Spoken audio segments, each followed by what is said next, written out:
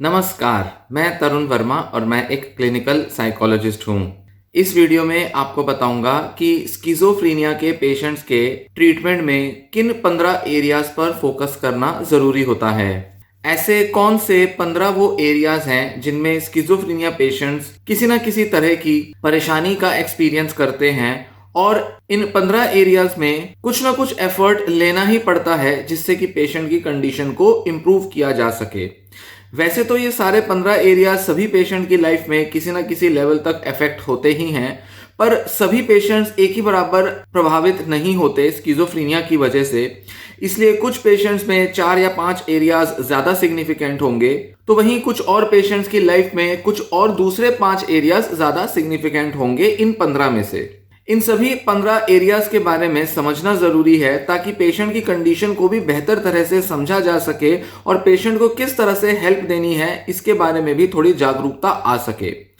आमतौर पर जब पेशेंट को डायग्नोसिस मिल जाता है स्किज़ोफ्रेनिया की बीमारी का, तो पेशेंट के जो फैमिली मेंबर्स होते हैं वो उन्हें दवाएं दिलाते हैं और दवाओं से उम्मीद ये की जाती है कि स्किज़ोफ्रेनिया की पूरी बीमारी ठीक हो जाएगी।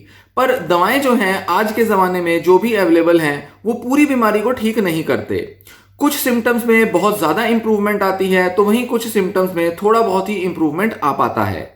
मतलब पेशेंट को किसी ना किसी लेवल पर तो इन सभी प्रॉब्लम से डील करते ही रहना पड़ेगा और अगर पेशेंट के अंदर इंप्रूवमेंट लानी है तो पहले पता होना चाहिए कि दवाइयाँ क्या असर ला रही हैं और जो असर दवाइयाँ नहीं ला पा रही वो लाइफ के कौन से एरियाज हैं जिनको कि इम्प्रूव किया जाना ज़रूरी है। हालांकि सीधे तौर पर यह नहीं कहा जा सकता कि दवाइयां किन एरियाज में अच्छा असर लाएंगी और किन में वो नहीं लाएंगी, पर फिर भी जब पेशेंट की कंडीशन को फैमिली मेंबर्स देखते हैं, समझते हैं, स्किज़ोफ्रेनिया के आने से पहले और स्किज़ोफ्रेनिया के बाद और ट्रीटमेंट के बाद का जो फेज होता है, फैमिली मेंबर्स आसानी से समझ सकते हैं कि किन एरियाज में पेशेंट की इंप्रूवमेंट अच्छी है और किन एरियाज में पेशेंट की परफॉर्मेंस खराब है। पेशेंट की पर्सनैलिटी, पेशेंट की साइकी, मतलब उसका जो मेंटल स्टेट है, उसमें कई सारे ऐसे पहलू होते हैं जो कि पेशेंट की कंडीशन को सीवियर बना सकते हैं, पेशेंट की लाइफ की डे टू डे डीलिंग को थोड़ा डिफिकल्ट बना सकते हैं। इसीलिए इन सब एरियाज के बारे में जानना जरूरी है। तो आइए अब इस बारे में आगे मैं आपको बताता हूं कि कौन से वो 15 डिफरेंट डोमेन्स हैं जिनमें की ध्यान दिया जाना जरूरी है। सबसे पहला डोमेन आता है स्किज़ोफ्रेनिया के पॉजिटिव सिम्टम्स का, मतलब डिल्यूजन्स और हेलुसिनेशंस। डिल्यूजन्स की मैनेजमेंट और हेलुसिनेशंस की मैनेजमेंट दोनों अलग तरह से की जाती है। पेशेंट को पैरानॉइड डिल्यूजन्स हो सकते हैं या जिन्हें परसिक्यूटरी डिल्यूजन्स कहा जाता है, ग्रैंडियोस डिल्यूजन्स हो सकते हैं और कई दूसरे तरह के डिल्यूजन्स भी हो सकते हैं, जैसे कि रिलीजियस डिल्यूजन्स या एरोटोमेनिक डिल्यूजन्स। कुछ इस तरह के डिल्यूजन्स पेशेंट एक्सपीरियंस करते हैं। फिर वहीं इसी के साथ हेलुसिनेशंस की भी मैनेजमेंट करनी होती है, जिसमें कि पेशेंट को कुछ आवाज़ें आ रही हैं, वो ऐसा एक्सपीरियंस करेगा, ऐसी आवाज़ें जो दूसरों को नहीं सुनाई दे रही और पेशेंट के मन में जो विचार हैं वही उन आवाज़ों को पैदा करते हैं। पेशेंट के ब्रेन की कोई केमिस्ट्री में चेंज आ जाता है जिसकी वजह से पेशेंट जो जानता है, समझता है, जो उसके सोच विचार होते हैं वो उसे आवाज़ों के रूप में सुनाई देते हैं। और ये जो वॉइसेस होती हैं ये पेशेंट को काफी धिक्कारती हैं, उसको बहुत बुरा बोलती हैं, उसको उकसाती हैं, उसको परेशान करती हैं। और हेलुसिनेशंस के लिए जो मैनेजमेंट है उसकी भी स्ट्रेटजीज काफी अलग होती हैं। इस वीडियो में मैं आपको वो सारी स्ट्रेटजीज नहीं बताऊंगा, सिर्फ आपको उन डोमेन्स के बारे में बताऊंगा जिनके बारे में जागरूक होना जरूरी होता है।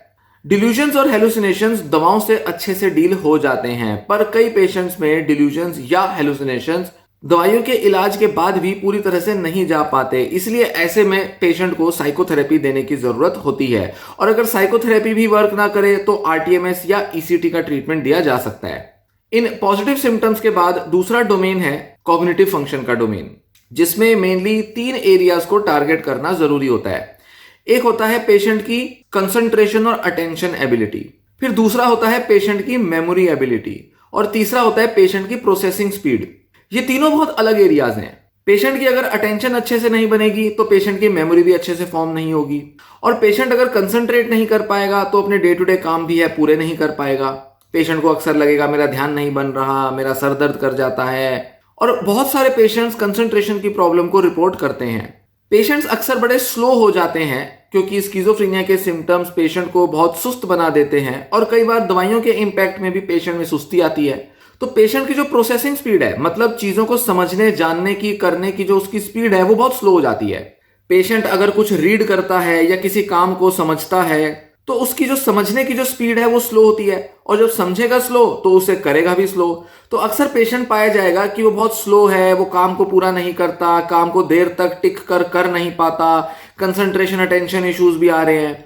तो ये ऐसे 3 एरियाज हैं जिन पर अलग से इलाज देने की जरूरत होती है। इन तीनों के लिए अटेंशन कंसंट्रेशन का एक एरिया, दूसरा मेमोरी का सिम्टम और तीसरा प्रोसेसिंग स्पीड का सिम्टम, इन तीनों के लिए अलग अलग स्ट्रेटजीज यूज की जाती हैं।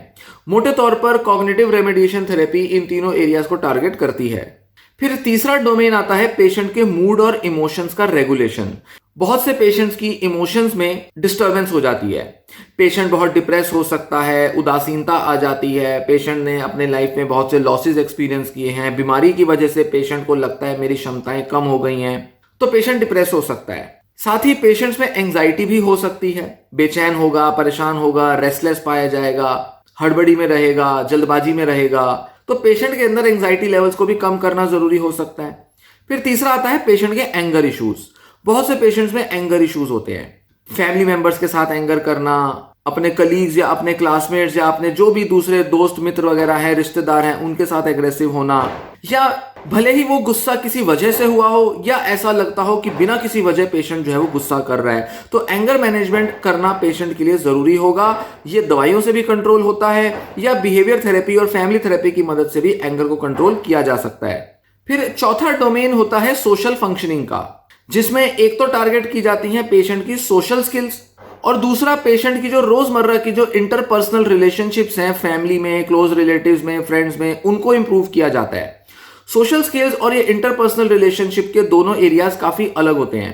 इंटरपर्सनल रिलेशन मतलब रोजमर्रा के जीवन में पेशेंट जिन लोगों के साथ मेलजोल बढ़ा रहा है, जिनके साथ उसका रोज का उठना बैठना होता है, उसमें पेशेंट अक्सर बड़ा असर्टिव नहीं होता। मतलब अपनी बात को कह पाना, अपनी बात को समझा पाना या दूसरे की बात को समझना, अपनी ज़रूरतें दूसरों से पूरी करवाना या दूसरे क्या कहते हैं कैसे उसके साथ संबंध बनाने की कोशिश करते हैं।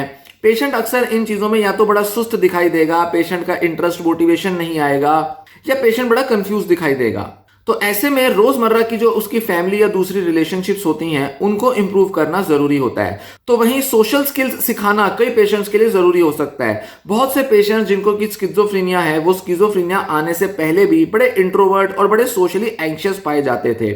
मतलब वो अपने रोजमर्रा के जीवन में दोस्तों के साथ, स्कूल में, कॉलेज में बहुत ज्यादा सोशली एक्टिव नहीं होते थे, उनके बहुत ज्यादा दोस्त नहीं बनते थे। तो पेशेंट को स्किज़ोफ्रेनिया आने के बाद ये वाला सिम्टम तो और भी ज्यादा परेशान करता है, क्योंकि पेशेंट एक घर के 4 दीवारी में ही रिस्ट्रिक्ट होकर रह जाता है। इसलिए जरूरी है कि पेशेंट को बाहर की दुनिया के साथ अगर कनेक्ट करना है तो इसके लिए पहले पेशेंट को सोशल स्किल्स की ट्रेनिंग देनी पड़ेगी। ऐसा नहीं है कि बस पेशेंट को मोटिवेट किया जाए कि बाहर दुनिया में जाया करो, घूमा करो, दोस्त बनाया करो, इतना कहने से काम होगा, ऐसा नहीं होता। पेशेंट्स के अंदर स्किल्स की प्रॉब्लम होती है। बच्चा था, बड़ा हो गया, ऐसा नहीं है कि मैच्योर होने की वजह से वो स्किल्स उसके अंदर अपने आप आ जाएंगी। नहीं, स्किज़ोफ्रेनिया के इम्पैक्ट में स्किल्स अपने आप नहीं आ पाती, इसलिए उसको सिखाना पड़ता है। फिर 5वां डोमेन होता है डेली लाइफ की skills, activities of daily living, ADL इसको कहा जाता है। इसमें एक तो रोजमर्रा की बेसिक सी एक्टिविटीज होती हैं, जैसे कुकिंग करना, क्लीनिंग करना, घर से बाहर जाकर कोई शॉपिंग करना, सामान लाना, घर पे बैठ के टीवी देखना, लोगों से बात करना, कोई मेहमान आता है तो उसको अटेंड करना, बैंक जाकर किसी तरह का काम करना। कुछ ऐसे रोजमर्रा के काम जो कि रोजमर्रा के जीवन में आते जाते रहते हैं, इन्हें करने के लिए पेशेंट को मोटिवेशन और एंकरेजमेंट की जरूरत पड़ती है। क्योंकि पेशेंट के अंदर जो स्किज़ोफ्रेनिया के सिम्टम्स हैं, खासकर कि नेगेटिव सिम्टम्स, जिसमें कि पेशेंट में मोटिवेशन नहीं रहती, पेशेंट सोशलाइज नहीं करता, पेशेंट में बहुत ज्यादा इच्छाएं नहीं रह जाती, उसके अंदर बहुत इमोशंस नहीं रह जाती, ऐसे में पेशेंट अक्सर पाया जाएगा कि वो अपने में ही मस्त है और वो दुनियादारी से काफी कट चुका है।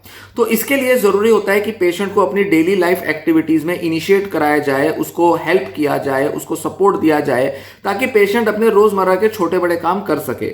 वहीं इसका दूसरा पार्ट होता है अपनी हाइजीन और अपनी सेल्फ केयर की स्किल्स को सीखना या अपना सेल्फ केयर एक्टिविटीज करना, जिसमें नहाना धोना, खाना पीना, बेसिक जो बायोलॉजिकल नीड्स होती हैं उनका ध्यान रखना, नींद का ख्याल रखना, फिजिकल एक्सरसाइज करना, रूटीन अपनी बनाकर रखना, ग्रूमिंग करना, बाल बनाना, कपड़े ठीक से पहनना, ये सारे एरियाज हाइजीन और पर्सनल ग्रूमिंग के एरिया में आते हैं। इसके लिए भी पेशेंट अक्सर देखा जाएगा कि वो बहुत मोटिवेटेड नहीं रहता। अगर उसे कहो ना तो शायद वो एक ही जगह पड़ा रहेगा, नहाएगा भी नहीं और बदबू आएगी उसमें। इनफैक्ट कई पेशेंट्स तो इस लेवल तक आ जाते हैं कि खुद अपने इच्छा से खाना भी नहीं मांगते घर वालों से, अगर उनको खाना दिया जाएगा तो ही वो खाएंगे। इसलिए बहुत बुरी कंडीशन में पेशेंट पहुंच जाता है। तो ऐसे में उसको ये सारी स्किल सिखाना बहुत जरूरी होगा। नेक्स्ट छठा एरिया आता है फिजिकल हेल्थ के एरियाज। इसमें एक तो इंपॉर्टेंट होगा कि मेडिकल कोमॉर्बिडिटी को मेंटेन करना, मतलब स्किज़ोफ्रेनिया के अलावा पेशेंट को कोई फिजिकल कंडीशन हो सकती है, जैसे थायराइड की प्रॉब्लम होगी, डायबिटीज हो सकती है, हाइपरटेंशन हो सकती है, कोई स्किन की, किडनी की, कोई दूसरी बीमारियां हो सकती हैं। तो पेशेंट के अंदर स्किज़ोफ्रेनिया की वजह से, क्योंकि बहुत सारे कॉग्निटिव और इमोशनल सिम्टम्स आए हैं, इसलिए पेशेंट अपने बाकी की हेल्थ को भी मैनेज कर पाए ऐसा मुश्किल होता है। इसलिए पेशेंट को ज़रूरी है ये समझाना, इस तरह से मोटिवेट करना या उसकी एक आदत बनवाना ताकि वो अपनी फिजिकल हेल्थ को भी मैनेज कर पाए। इसके लिए ज़रूरी होगा कि उसके रेगुलर टेस्ट कराते रहें, उसकी हेल्थ का चेकअप होता रहे और जो भी हेल्थ रिलेटेड एक्टिविटीज़ या उसको जो प्रैक्टिसेस फॉलो करनी है उन्हें वो पूरा करता रहे, जिसमें उसको दवाइयाँ भी लेनी होंगी और काफ़ी सारी डाइट में प्रिकॉशंस भी रखनी होंगी। तो वहीं इसका दूसरा एक पार्ट आता है कि हेल्दी लाइफस्टाइल मेंटेन किया जाए और फिजिकल एक्सरसाइज किया जाए, अच्छा न्यूट्रिशन भी रखा जाए, जंक फूड ज्यादा ना खाया जाए। बहुत सारे पेशेंट जिन्हें स्किज़ोफ्रेनिया है उनमें इमोशन रेगुलेशन की प्रॉब्लम होती है और इस इमोशनल प्रॉब्लम्स की वजह से वो अक्सर खाते बहुत ज़्यादा हैं, ओवर ईट करते हैं और काफ़ी हद तक दवाओं के साइड इफेक्ट के तौर पर भी उनको ओवर ईटिंग करनी पड़ती है, जिस वजह से उनका वजन बढ़ जाता है। तो ऐसे में दवाओं के साइड इफेक्ट के तौर पर या पेशेंट की जो अपनी ओवरऑल लाइफस्टाइल हो चुकी है इसके अंदर इंप्रूवमेंट लाना ज़रूरी है ताकि पेशेंट का वजन भी कम हो जाए और पेशेंट अपनी अच्छी डाइट मेंटेन करे। क्योंकि हो सकता है कि कई पेशेंट्स को लंबे समय तक दवाइयाँ लेनी पड़ें और एंटीसाइकोटिक दवाइयाँ अगर लंबे समय तक ली जाएंगी तो पेशेंट का वजन बढ़ेगा, पेशेंट के अंदर सुस्ती रहेगी और ऐसे में धीरे धीरे कुछ सालों के बाद पेशेंट की फिजिकल कंडीशंस डेवलप हो जाएंगी जो पहले नहीं थी। इसीलिए ज़रूरी है कि पेशेंट शुरुआत से ही, जब से उसका इलाज शुरू हो, कुछ टाइम बाद से ही उसको फिजिकल हेल्थ की जो भी एक्टिविटीज़ या एक्सरसाइजेज हैं उसमें इन्वॉल्व कराया जाए। अगर पेशेंट खुद नहीं करता तो पेशेंट के किसी घर वाले को उसके साथ लगना पड़ेगा, तभी पेशेंट अपने वो बेसिक से काम पूरे कर पाएगा। फिर नेक्स्ट और लास्ट इसमें एरिया आता है सब्सटेंस यूज। अल्कोहल, ड्रग्स, तंबाकू, इन सब चीज़ों के सेवन से पेशेंट को दूर रखना है, क्योंकि ये सब चीज़ें जो हैं ये पेशेंट को बीमारी को बढ़ाएंगी। पेशेंट का स्किज़ोफ्रेनिया का रिलैप्स हो सकता है, पेशेंट की कंडीशन में इंप्रूवमेंट भी शायद ना हो और पेशेंट के अंदर अगर पहले एडिक्शन की प्रॉब्लम्स नहीं थी तो एक और कोमॉर्बिड कंडीशन हो जाएगी जिसके लिए अलग से इलाज लेना पड़ेगा। पेशेंट के अंदर बहुत सारी इमोशनल प्रॉब्लम्स आ जाएंगी अल्कोहल, ड्रग्स की वजह से। इस वजह से पेशेंट को हैंडल करना और मुश्किल हो जाएगा। इनफैक्ट इन सब ड्रग अल्कोहल की वजह से पेशेंट की जो दवाइयां हैं वो भी उस पर असर नहीं लाएंगी, तो पेशेंट की स्किज़ोफ्रेनिया की कंडीशन उस वजह से भी बिगड़ेगी। तो एडिक्शन जो है वो पेशेंट को कई लेवल पर असर डाल सकता है, इसलिए एडिक्टिव बिहेवियर्स को और इन लत को भी मैनेज करना जरूरी है। इसके अंदर कई बार ड्रग अल्कोहल के अलावा पॉर्न एडिक्शन हो सकता है, मास्टरबेशन एडिक्शन हो सकता है या सोशल मीडिया का, इंटरनेट का एडिक्शन हो सकता है, गेमिंग एडिक्शन हो सकता है। कई तरह के ऐसे एडिक्टिव बिहेवियर पेशेंट में डेवलप हो सकते हैं, या तो वो पहले से थे या फिर वो स्किज़ोफ्रेनिया के बाद डेवलप हुए। इस तरह के किसी भी एडिक्टिव बिहेवियर को कंट्रोल करना जरूरी होगा। तो ये रहे 15 एरियाज जिन्हें कि मैंने 7 अलग डोमेन्स में डिवाइड किया है। इन सातों डोमेन्स में ये जो 15 अलग अलग सिम्टम के जो टाइप या कैटेगरीज हैं, इनके अंदर पेशेंट की लाइफ किसी ना किसी लेवल पर इफेक्ट होती है और उसे मैनेज करना जरूरी है। ध्यान रखें, दवाइयां पूरी पेशेंट की कंडीशन को इंप्रूव करे ऐसा बिल्कुल जरूरी नहीं है, इसीलिए पेशेंट को अलग से ट्रीटमेंट दिया जाना जरूरी है।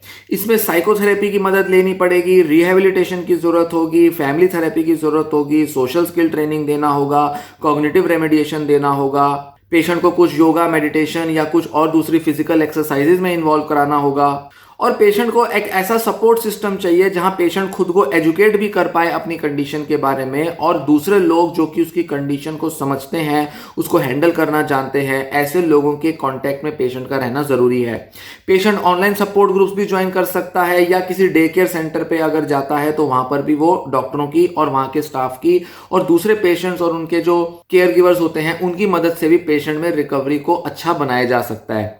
कई मामलों में पेशेंट के साथ ये जो एफर्ट्स लेने पड़ते हैं ये सालों तक चलते हैं। पेशेंट के फैमिली मेंबर्स पर काफ़ी लोड आता है, काफ़ी बर्डन आता है। किसी एक फैमिली मेंबर को हो सकता है कि सारा टाइम पेशेंट के साथ लगे रहना पड़े, उसकी सुपरविजन देनी पड़े ताकि पेशेंट अपने बेसिक से काम पूरे कर सके। पर अगर पेशेंट की ज़रूरतों को समझकर अगर उसके इलाज दिए जाएंगे, अगर उसका सही से मैनेजमेंट होगा तो पेशेंट काफ़ी अच्छी कंडीशन में मेंटेन कराया जा सकता है और इसी दिशा में ये सारे एफर्ट्स लिए जाने चाहिए। तो इस वीडियो में जो भी जानकारी दी हो, पसंद आई हो तो दूसरे लोगों के साथ इसे शेयर कर लेना, चैनल के साथ बने रहना, इस तरह की और वीडियोज़ आती रहेंगी। ये वीडियो यहीं समाप्त होती है। धन्यवाद।